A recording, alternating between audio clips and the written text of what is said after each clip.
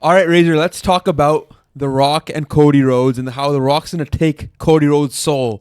I don't know what that means. Could mean a bunch of things. Yeah. What Rock are we getting right now? Are we getting the final boss? Or are we getting the Hollywood Rock? Which, who knows what that means when Hollywood Rock wants your soul. I don't know what that... I don't want anybody from Hollywood to take my soul. The boy's soul is mine. But this segment was weird, too, because they were all over the place. Yeah, they were like buddy, and then they were like, oh, no, not anymore. Rock was fan favorite, Rock was hated, and Rock changed more times than the Big Show. That's what Dave Meltzer said. But I think this segment, even though it was weird and awkward, I think it's a little exciting because now we don't know what's going to happen. There's a lot of speculation. 100%. This can go anywhere. And that's what we're going to do today. We're going to look at all the possibilities that we think will come out of this segment that happened on SmackDown. My first theory is, Cody says yes to The Rock. And, it becomes a corporation thing, like back in the day. Why change it? Why change the status quo? Yeah. It worked back then. It'll probably work now. Yeah.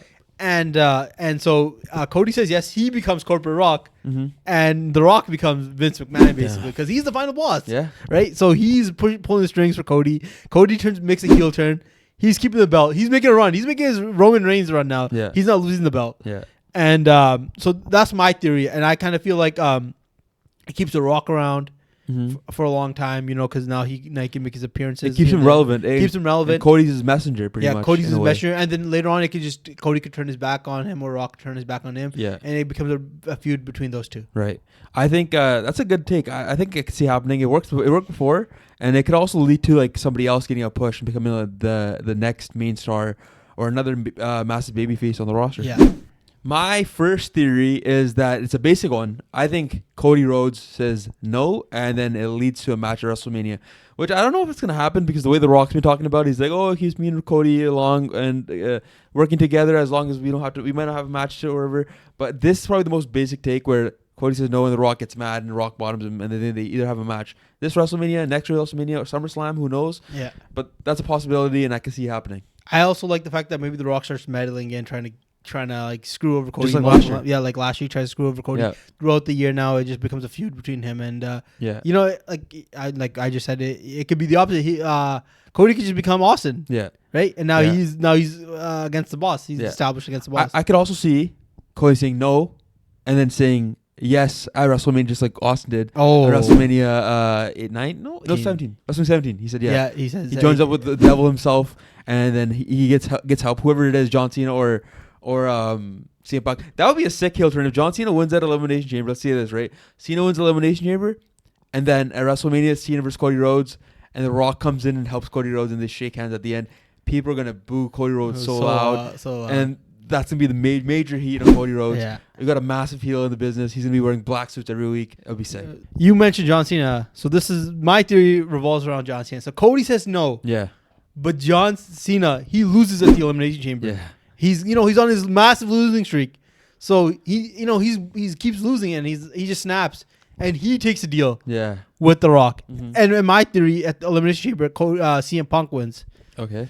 And so at WrestleMania, Cena takes a deal with The Rock, and it becomes a triple threat match. They've been saying it, online. They've been pushing that match. WWE wants Cody versus CM Punk versus John Cena at WrestleMania, and I think this is the perfect way because Cena, it'd be a great kind of return for Cena too. Yeah. Because he's like, he's just guaranteed like everybody wants me to win the title. Yeah. And now like, what's the best way of winning the title is.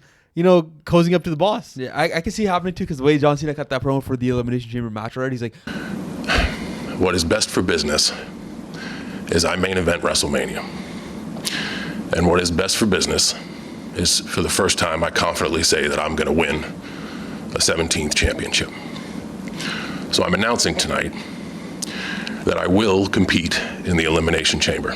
I have tenure. I've done this already. I don't need to qualify for this match. I'm in this match because I've done a lot of my work or whatever. And he could be like, to The Rock, I've done my work, and you're boss of the company. You're the top of the top. Yeah. Me and you work together, and we get my 17th title, and we run this business. But I could also see the opposite happening. I could see CM Punk accepting it instead of Cena accepting it, and CM Punk winning the Elimination Chamber. Maybe The Rock shows up in the Elimination Chamber match. just like Shawn Michaels did with the Undertaker. Oh, And he just breaks through the grate, and everybody's like, "What the hell?" And he comes to rock bottom Cena, and CM Punk wins, and CM Punk and him are shaking hands instead. that might be the favor that Paul Heyman cashes in. You know, Yeah, and he calls in the Rock because I know Paul Heyman during the whole build up to WrestleMania 40, Paul Heyman and The Rock were getting along pretty well, and Paul Heyman could be calling in that favor with The Rock, and you never know, CM Punk and The Rock team up. We might get 10 years later the beef turning the few friends. What's it? Foes turn into friends, or friends turn into foes, or whatever, or the opposite, or whatever. I'm just saying. That's what's gonna happen. CM Punk and The Rock become friends. All right, Razor, I've been pushing this next stable to you for a while now. Seth Rollins going heel, joining up with Kevin Owens and Drew McIntyre. They both hate the bloodline. And one thing's been pushed, that one thing that's been pushed over and over again is that Roman Reigns and The Rock should be having this match. And I feel like the Rock and Roman Reigns, we don't know where they're at right now after that WrestleMania loss. So I think The Rock could join up with those three, make their own stable, make them run, go rampant, do whatever the hell they want. Maybe Seth Rollins wins the Elimination Chamber, and we get Seth Rollins versus Cody Rhodes 4 at WrestleMania now, with Seth Rollins working with The Rock. And then this could lead to The Rock versus Roman Reigns next year. You know? Yeah, it could. And I was just gonna add to that point. You know, this would be perfect because Seth Rollins, he's in his past, he's had multiple authority. You know, the authority. Yeah, he's been with the authority. Yeah. So has Kevin Owens. So it worked perfectly. He's like, you know what? If I can't win without them, I might as well win with them. Yeah. So him and same with Drew McIntyre. He might as well just join and just them run the WWE. Exactly. My next one is Cody says no. Yeah.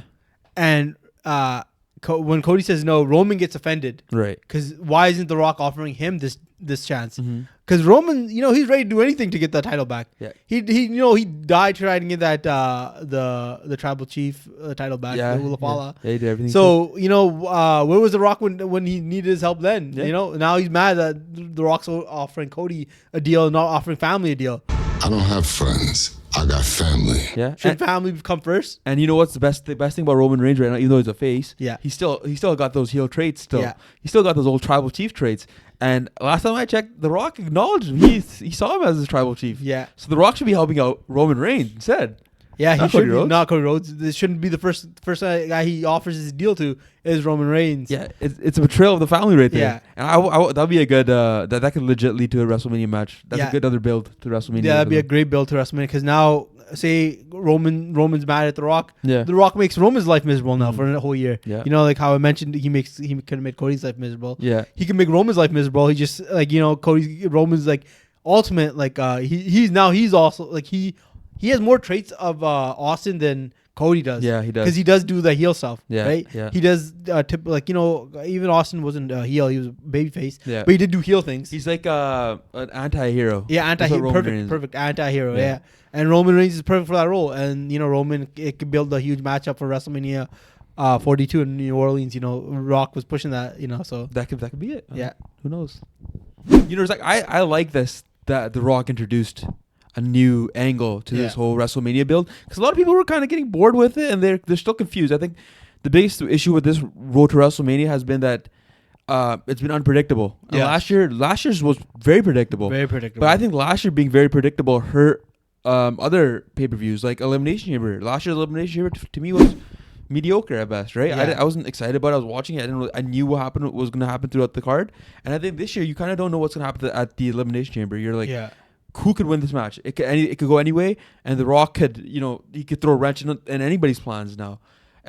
We could even get Cody turning heel. We don't know what's going to happen with Cody too. Yeah, we don't know what's going to happen with Cody. We don't know what's going to happen with Punk. We don't know what's going to happen with Cena. We don't know what's going to happen with Drew or Seth. Yeah. It's like What if Logan Paul Logan Paul joins up with Rock? You never know the Maverick. Yeah. It is. You don't know. Anything's Anything is possible. possible at this point. That's the beauty though. Like I think it's added a lot of spice now to this WrestleMania build. I 100% agree with you. It's just perfect because you're 100% right when you said it was too predictable of what's going to happen next year. This year, you don't know what's going to happen. Yeah. You don't even know what's going to happen with the other match either. You don't know if Gunther's going to lose or win. Exactly. So I think this WrestleMania is perfect in the sense of it's such a surprise. We're a month away. We don't know what the match is going to be. Exactly. We don't even know what the match might be even after Chambers. It might change. Yeah. And I think people always do the same thing with Triple H when it comes to booking. They're always doubting him. Yeah. And I feel like every time you doubt Triple H, he always comes through with some clutch ideas and some great ideas. And, he's always pulled through. I believe in my GOAT, all right? I believe in my favorite wrestler.